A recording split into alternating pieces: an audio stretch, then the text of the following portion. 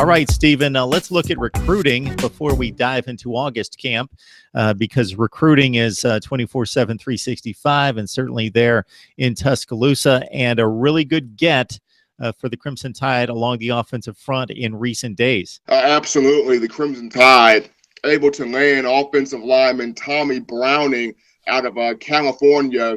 This is huge because it gives Alabama its seventh commitment to the 2018 class, in a class that has been going slow throughout the process. But as I mentioned on previous shows, Mark, the reason for this is the two signing periods. And a lot of coaches not fans of the two signing period, but it gives those kids that know what they want to do, that know the school they want to go to, the coach they want to play for, the program they want to play for, an opportunity to, choose, shut down their commitment, and get started on, preparing to get to the school, to get to the university in question.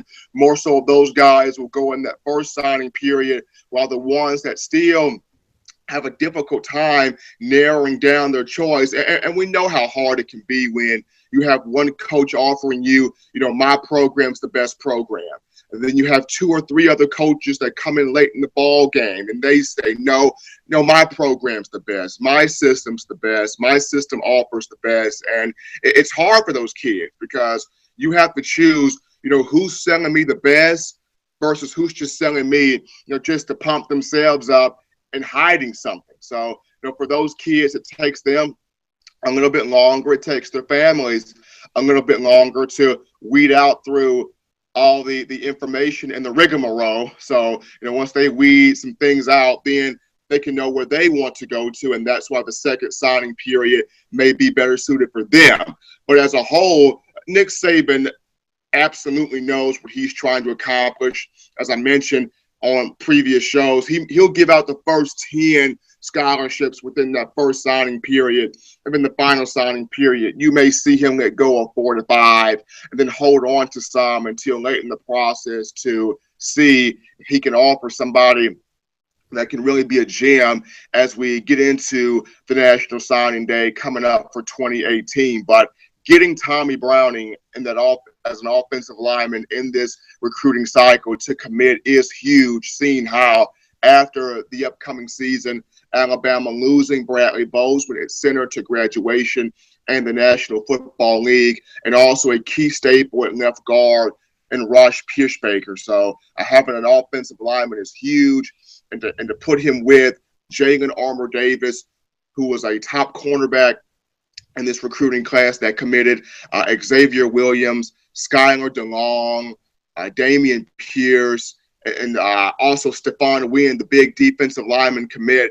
Alabama's starting to grow this class. I know it's going slow. I know a lot of fans still have that finger towards the panic button, but once again, it's only July coming up into August. If it gets October, November, and you're still at 7 commitments, then you want to have your finger on the panic button. But right now, it's only July. We're just about to hit August in a couple of days. Still keep your foot inside the boat.